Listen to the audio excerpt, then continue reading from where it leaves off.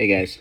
Um, so I believe where I left off last was about to start tackling the rest of my high school career, or as much of it as I could.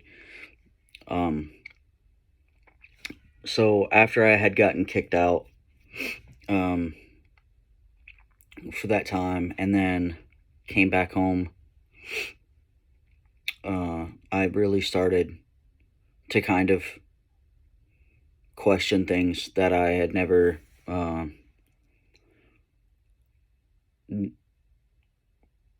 never really questioned. Partly because growing up, I wasn't allowed to question it, but also, um, I didn't realize that I could question. Uh, it didn't even seem like a thing to me for a long time. Um, but I started questioning, the religion aspect. I started questioning uh, how things were in my family and how the dynamics were there versus elsewhere. Um, I started questioning a lot of things, and one of those things obviously was going to be my existence. Um, you know, did I have any value being uh, in this world whatsoever? That ran through my mind a lot. Um, I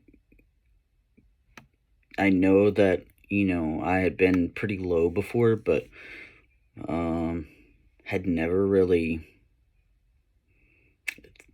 seriously considered any options or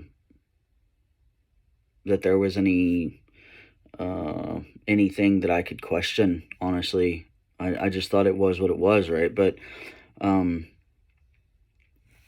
getting a little bit older, and I guess after the first time that I really kind of stood up and held my ground, it got me to thinking that wow, so I didn't die, so you can actually stand up for you, and even if it's something small and obviously very painful, but um, you can still manage to make it through. So what else is it that I'm really wanting to know that possibly isn't the way that I think that it is?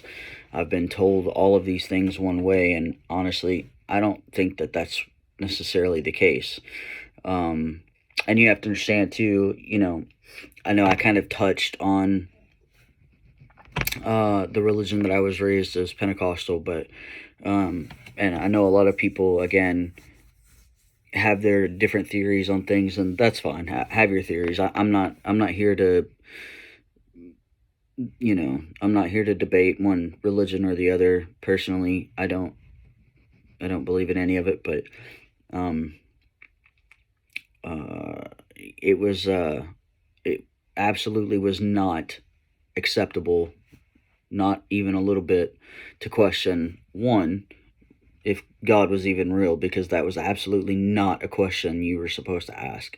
Two, that there was any religion besides being Pentecostal that was acceptable. Anything else, anything outside of that, any other religion, any other influences, anything at all was absolutely incorrect. And you weren't to question it. There was absolutely no questions about it. Um, it was just kind of you. You just don't question. This is how it is, and that's the way that it's going to be. Period. Point blank. Uh, um, and I guess being raised like that since day one, you just kind of learn not to. Mm, you don't fuck around and find out, right? You don't want to do that. You just, it is what it is. Okay. we're going with it. Whatever. You said that, cool. That's how it is. Um, and probably for a long time, even if other people didn't really necessarily believe it. I don't know that anybody really felt the need necessarily to buck the system so much, but um, I had gotten to a point where I just, you know, every breath that I drew felt like it was just a waste of space in my family, and so I had gotten to that point where, well, obviously I'm not very valued here in my family. I'm not seen as essentially a family member, so okay, I'm second best, and then um, clearly I can be thrown out like trash. It's totally fine. I'm not really missed. So there's that. And then, you know, I can literally be beat for no apparent reason, just enough just to make me cry, just so that you can say that you broke me. And there's that. So that's a thing. And then, uh, I'm apparently just a sex object for anybody and everybody that wants to come along. So there's that. And then, I'm being accused of doing drugs and um, being some sort of ridiculous, uh, I don't know, a teenager, which I even wasn't, which is unfortunate. I wish that I had been, but no, that wasn't the case. And so, extra accusations on top of being treated um, as though you really don't matter is just extra icing on that cake. And then to top it off, you're being brought up in a religion that basically says that everything about you is total trash, and everyone around you is enforcing that belief. So, not only did I start questioning whether or not God was real, which is a big no. By the way, I didn't voice this to anyone else. This was just a solely a venture all on my own that I had taken on. So not only that, did I question whether, like I said, whether or not God was real, but whether I had value or not, whether I needed to be here. There was some pretty serious thinking on the both of those, and I came up with yeses and I came up with nos, and thankfully I didn't come up with a no for me. So my whole thinking behind that was that I had sat down. I used to write a lot of poetry. It was kind of my release since I didn't have anybody to talk to really, and I didn't really have anywhere for those emotions to go, those feelings to really go, and it's really hard to keep all of that bottled in. And that's not something that you really necessarily just tell people around you, right? Like, you want somebody close that you can confide in. I didn't have that I felt like I had anyway. So, next best thing is, I just kind of let it go on pen and paper, or through art, because I was big into art for a while. So, both of those things. But writing was a big deal for me for a long time, and so I wrote a lot, and there were a lot of really dark things that I wrote. Um, really heavy. A lot of it was really depressing and really sad and really scary sounding even. I mean, if I were to go back and if I were to reread some of that, I'm sure that it would sound really awful, and I would feel really bad for that kid because I mean, the pain that somebody has to feel in order to write something like that has got to be pretty intense. You don't just write that stuff just because. There's some serious pain there. So, that's something, by the way. If somebody is withdrawing, um, if they tend to like to write or express themselves in that manner, express themselves in artwork, pay attention. Talk to them. Try to talk to them. Try to be open with them and try not to judge them, because I can assure you that if something seems dark, and I don't mean could possibly, this is pretty obvious, it's dark. There's some pain there, and there's a reason that there's pain there, so, try to help them. I don't know why or how I managed to go the wiser route. I'm not really sure what happened there and how I managed. The only thing that I can attribute it to is that I was dealing with adult problems since the age of like 9, 6, 9, whatever. So, with that being the case, I mean, the only thing I can attest to is that dealing with those types of things for that amount of time in that heavy of a situation, whether you want to or not, tends to make you adjust how you think and how you process your emotions. It's not always for the best. I mean, I've learned some really awful coping mechanisms to deal with a lot of the hurt and the pain, a lot of my issues, hence my therapy.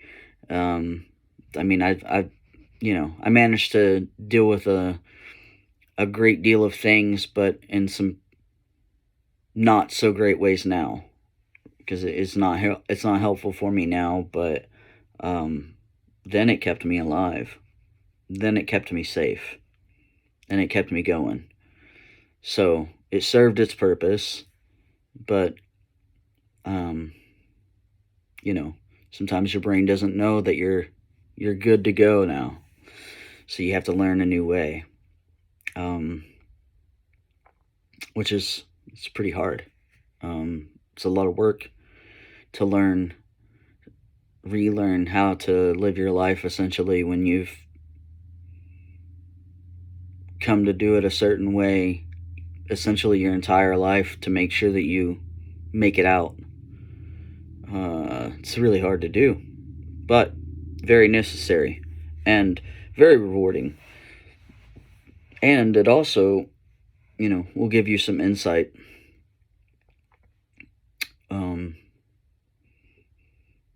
And to be able to look back and see that the kid that I once was, it's not just the hurt that I feel, that I felt then.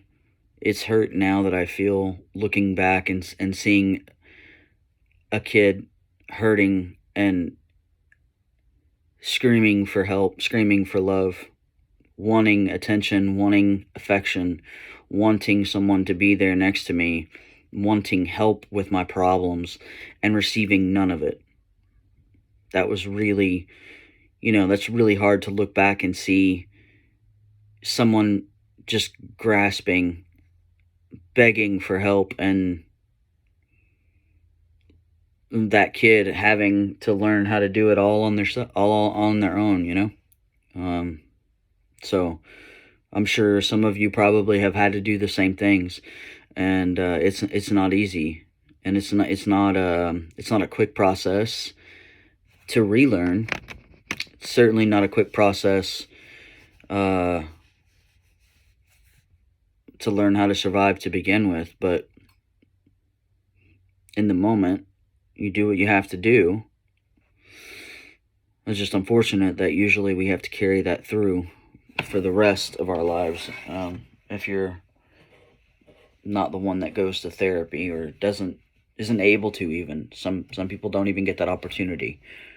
I'm very I'm very privileged to have that there and available to me, and I'm very privileged to have the opportunity to be able to afford my therapy, because without it, um, to be honest with you, I would probably be borderline crazy. So there's that. In any case, uh, you know, here we are. I'm writing a lot. I'm questioning religion and whether God is real. I'm questioning whether or not I need to be alive. I spent a lot of nights with my Walkman, hmm, at the table in the dark, writing. I spent a lot of time with my Walkman on my bed in the dark, writing, or you know, just up when everybody else has finally went to sleep, and I can be by myself, and doing a lot of that. And I wrote a lot by myself when everyone was asleep, because of the things that I was writing about, because of me questioning religion, because of me questioning the whether or not God's real, whether or not I should be alive, those types of things. Because I knew that if someone even saw, not even so much, I wasn't even so much worried about whether or not they saw that I was questioning whether I should be alive. I was more concerned about whether or not they saw, that I was questioning about if God is real or not. That was the big thing. So I wrote about that a lot at night by myself after most everybody was either in bed or um, about to go to bed or whatever it was. So I couldn't be stumbled upon or anything like that. And I kept all my writings in one book, and I usually kept it with me 24/7. So I learned not to leave shit at home anymore.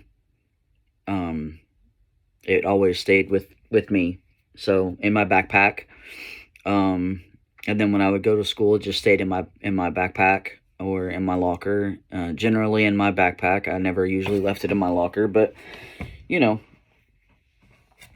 And then when I was at home, it stayed, in my pack unless I was writing, and then take it out and put it right back in. I didn't trust to leave it anywhere,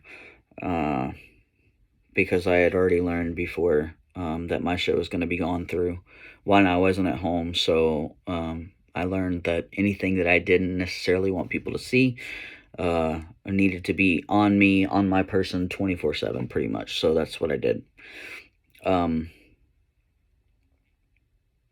Now, during this time, was pretty close to this time, I guess.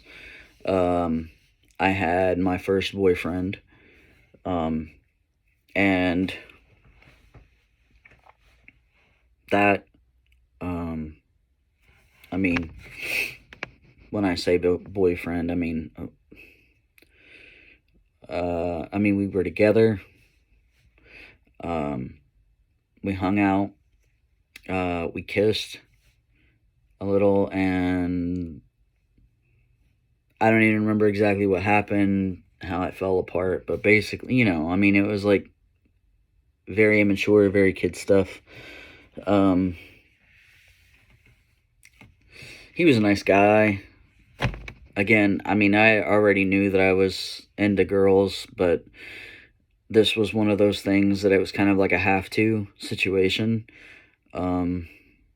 which was unfortunate, but I liked him. He was a good guy. He was really, really sweet to be around, really good guy, really nice to me, pretty quiet, very respectful kind of guy as far as, not really pushing things on me or anything like that. And so we were together, I guess, for, I don't know, a couple months maybe, I don't know, and then not together. Uh, and then,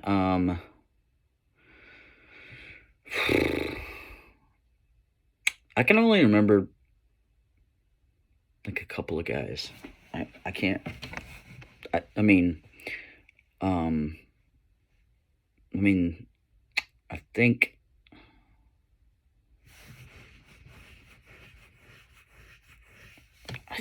I saw this other guy for a little bit. I can't really remember exactly how we even met or what happened or what was going on. I'm not sure. But we hung out, and I mean, I don't think we even barely kissed, but he was a nice guy. We hung out. That was it.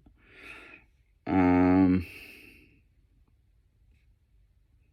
I mean, you can see how enthused I am about it, right? Because I mean, it was pretty much the enthusiasm I was throwing at it then.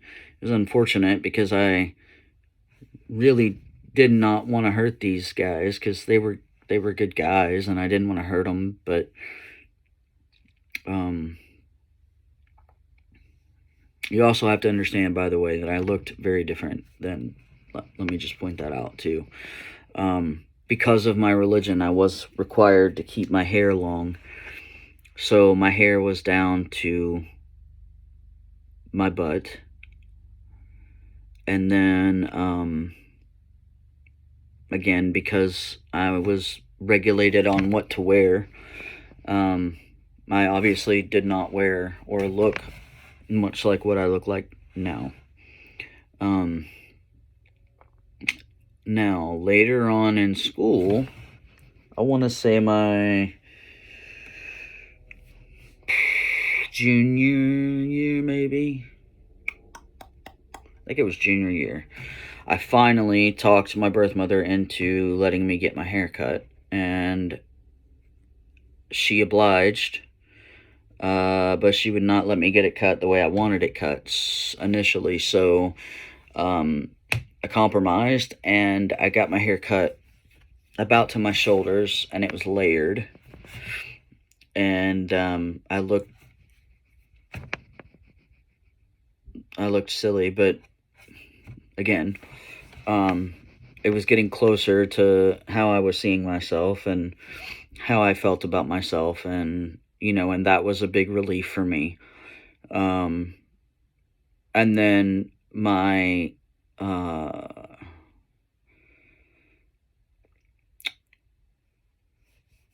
my senior year, uh, let's see, was it my senior year? I think it was my senior year. I think it was my senior year, and I was able to get my hair cut. And I set up an appointment. I went and got my hair cut, and then I came home after. And birth mother cried and asked where all my hair was, and I kind of laughed and was like, "Yeah, it's like a mile and a half back that way." Like I felt really good about it, and um, you know, I mean, she cried and cried, and I was just, it seemed silly as hell to me. I guess, looking back on it now, I mean, still seems ridiculous to me, but you know, if that's your beliefs, that's your beliefs. But again, this was also my body and my choice, and it should have been my choice from the get go. Uh, Same as it was her choice to do with what she pleased with her own body. Um, but yeah, so I was able to get my hair cut. Again, still not quite how I wear it now, but for like the end of the 90s, right? It's cool. Um, so yeah, I did that. Now, before this was I think I was senior year. This had to have been senior year, I think. In any case, I had went to a party with a bunch of people, and it was at one of my really good friends' houses, and everybody there was, of course, it was a house party. Parents were out of town, having a good time. Everybody, bring your alcohol and, dumb high school stuff, right? So, we all get there, show up for the house party kind of thing, and everybody's drinking, having a good time. Well, I got pretty hammered, and I was like, I wanted to crash way before everybody was done partying, and so I had asked my friend if there was a room that I could go and crash in and sleep it off so I could get up and go home the next day. And he was like, yeah, you can go in my room if you want, and I can, crash in my parents or whatever. And I was like, all right, that's cool. So I go in to his room, I shut the door, turn off the lights, I go to sleep. I vaguely remember him being in there at some point, and I vaguely remember, like, I barely remember what exactly happened because I was drunk and I was passed out.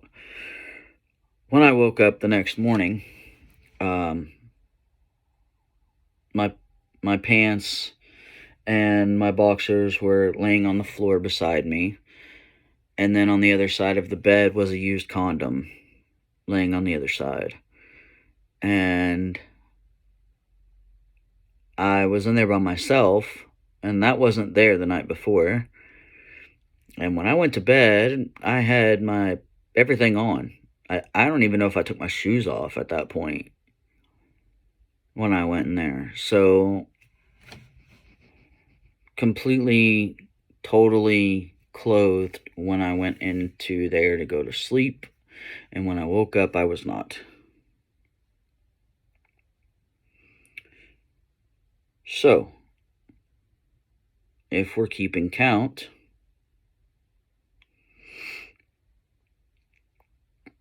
that's now what? 1, 2, 3, 4. That's the 4th person. Now,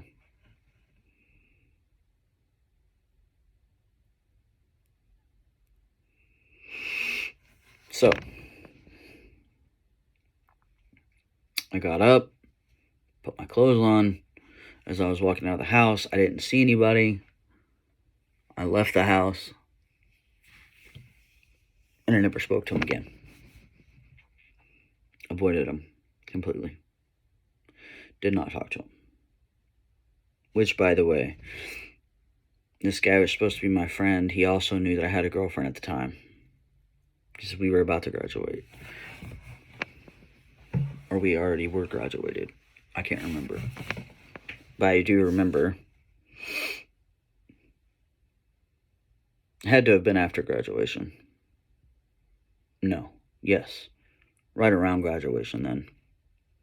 I graduated when I was 17, so I was still underage. But anyways, so there's that. Yeah, so in any case, so there, it doesn't do much for the wondering about, whether or not you should be here bit. But what I eventually came to the conclusion on that was that I kept telling myself that, my sister may need me, and at this time I'm thinking that I'm keeping her safe somehow by not saying anything and not doing anything at this point. I don't know, but in my kid brain, I'm thinking I'm keeping her safe, and so I'm watching over things, and if I'm not here, is somebody else gonna be paying as close attention as I am? I can tell you right now, the amount of attention that was paid to me isn't going to cut it, because, um, you know, we're 4 people deep into this now over, you know, my lifetime, and I haven't even hit adulthood yet, which, by the way, if we want to, let's go ahead and look at statistics on that, because that's not good. So that was how I rationale that I needed to stay around, was that I was there to help keep her safe. However I was doing that, or however I can do that, or however I can help do that, I needed to be there to make sure that she was okay, and anyone that could possibly hurt her would have to come through me. And so that's how I determined that I should stay around. And as far as all of the religion stuff, I was thinking to myself, and I thought for a long time, that out of all the things that happen to kids, to infants, not just maybe not just like health things that they're born with that eventually take them out, or make their lives to the point that they can't even enjoy it. Not just that, but these awful, terrible things that happen to them that involve other people. You know what I'm getting at. Awful, awful things that people do to babies, to children, toddlers, to kids, to anybody else. What kind of fucking God lets that shit happen? How does that fucking work? I was told that you're never given too much to handle. And then when I asked, well, why does this shit happen to babies? Well, God wanted the baby back home. Why the fuck was it born? Why did it have to go through that? I mean, let's be real. If this God is so mighty, right? You don't think that this God can teach lessons without hurting innocent children? You don't think so? Really? That's the way we do this shit? We send nasty pedophiles over to children to teach lessons? We let that shit happen because somebody should know something? Don't give me that shit. Nope. Not buying it. Nope. Not doing it. I realized, after thinking things over, and again, this is not to bash anybody's religion, or because I know that can be a pretty hot topic, so this is certainly not at all directed towards anyone who has any type of, beliefs or non-beliefs. Completely up your alley to believe, completely up your alley to not believe. I'm absolutely A-okay with one or the other. That's totally on you. I don't have to live that life. That's all on you. And if you are happy with how your beliefs are, go ahead to it, because I'm happy with the way my beliefs are. So, that's not me passing judgment on you at all. This is me talking about the way that I was raised, and about my views on that, and about the way that I understand it. So please don't take this as a knock towards anyone's religion, because that is not what I'm doing. at all.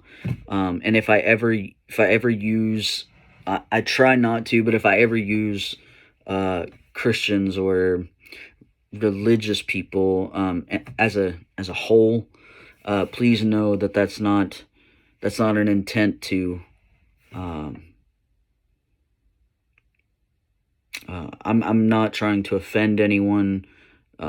This is just uh, what I went through and the things that I have come to believe, come to see, the things that I have been told, or this is solely based on my life and my life alone. Okay, this says, I mean, I'm absolutely no one to pass judgment on someone else. This is just me. So I just want to get that out there first and foremost. So that's out there. This is not a witch hunt for anyone. Okay, just for me. Just for me. Promise. All right, promise. Uh, after I thought about everything long and hard, and I realized that all the things that I was being told contradicted the other things that I was being told, and this that I was being told contradicted that I was being told, and these answers didn't quite make sense, and these answers didn't quite make sense, and when you ask about this, and you're just told that you're supposed to just believe this, or you're just supposed to take it on faith, and I don't bite it, and so I didn't anymore. I decided at that particular point, after all of the things that I had been through and all of the things that I had seen, all of the awful things that are all over the place, all around me, and all the nasty, awful things that people say, and particularly about someone like me.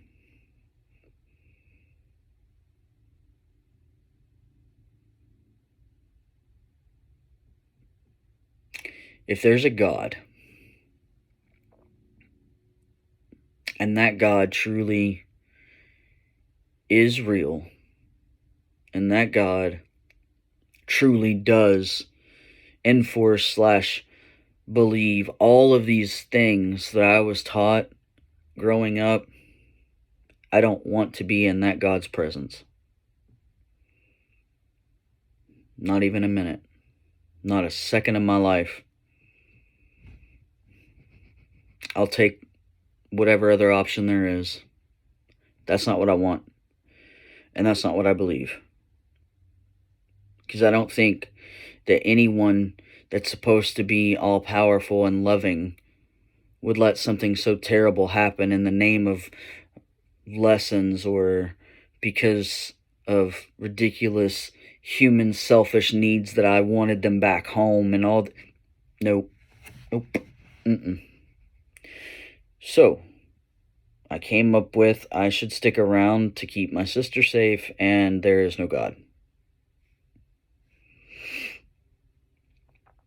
That was my answer. And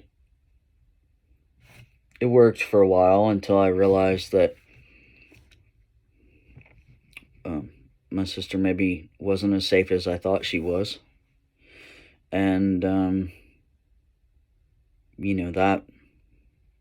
that was another blow, because on top of, all of the shame and the guilt that you carry for all of the things that you've went through, I don't know why it always is, but for some reason it seems like, I guess, well, a shitload of victim blaming in this world. Doesn't matter what it pertains to. It seems like we shame the person that it happens to because somebody's got to be to blame, and we're certainly, it's easier to point fingers than it is to get to the bottom of everything. So we'll just you're the one saying it. What'd you do? All right. You're accusing this person, so what'd you do? What'd you provoke? What'd you do? You carry a crap load of shame from these things that happen, and that's kind of a lifelong sentence. I think you get straddled with, you know, a life sentence of shame and guilt, and even if, I mean, with my therapy, I've learned that it's not my fault. Absolutely was not my fault. I absolutely know that I was not to blame.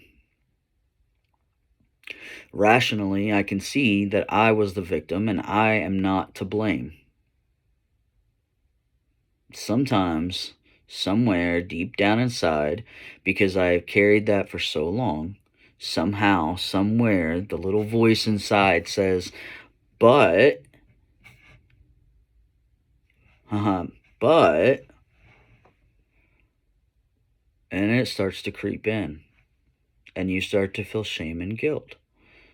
And you have to constantly remind yourself that you weren't to blame, that you were the victim, and it's a life sentence that you get slapped with anytime. At least it has for me. I don't know. But in any case, um I I go through all of that, and not a word, right? Don't say a word, because what's the point? What's the point? Nothing happened. Before, what happened? I got disowned. I'm not saying shit. I'm not saying shit about shit. Nothing. Ain't nobody getting nothing out of me. I ain't saying nothing. Because what's going to happen? I shouldn't have been there drinking. Probably shouldn't have. But I was a dumb kid. It's my fault. Shouldn't have passed out in somebody's house. Maybe not. But I was fully clothed. And I was with somebody that I trusted. Does that matter? I don't know. Does it?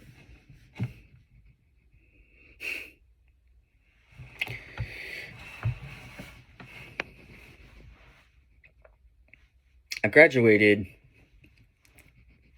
thankfully,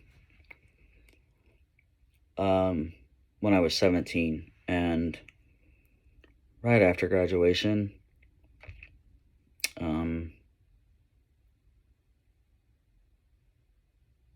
I moved out.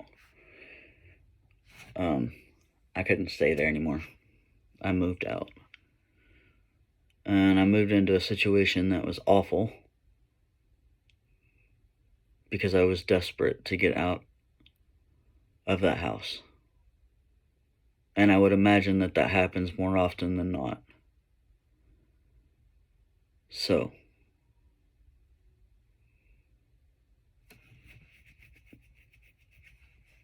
I guess we'll cover that next time, huh? Alright, guys. If you've got some shame from being victims, whether it be sexual or physical or emotional, psychological, whatever it is, I know it's easier said than done, but don't feel the shame. You're not to blame. Okay? I don't care what society says, you're not to blame. It's not your fault. And just remember, okay, that you're not doing this alone. And I know that it seems, crazy. Maybe our stories aren't identical, or, it seems silly, but, we don't have to just trauma bond, right? We can grow and learn from new ways of coping, and our different therapy methods. It's good stuff. Put the healing out there, right? Because, I mean, I'm confessing all these awful, terrible things, but I'm still here, and there's a reason for that. A lot of it is therapy. And a lot of it is just sheer willpower and stubbornness because I'm not going anywhere. So don't give up. Hang in there. Be good to each other. I'll see you next time.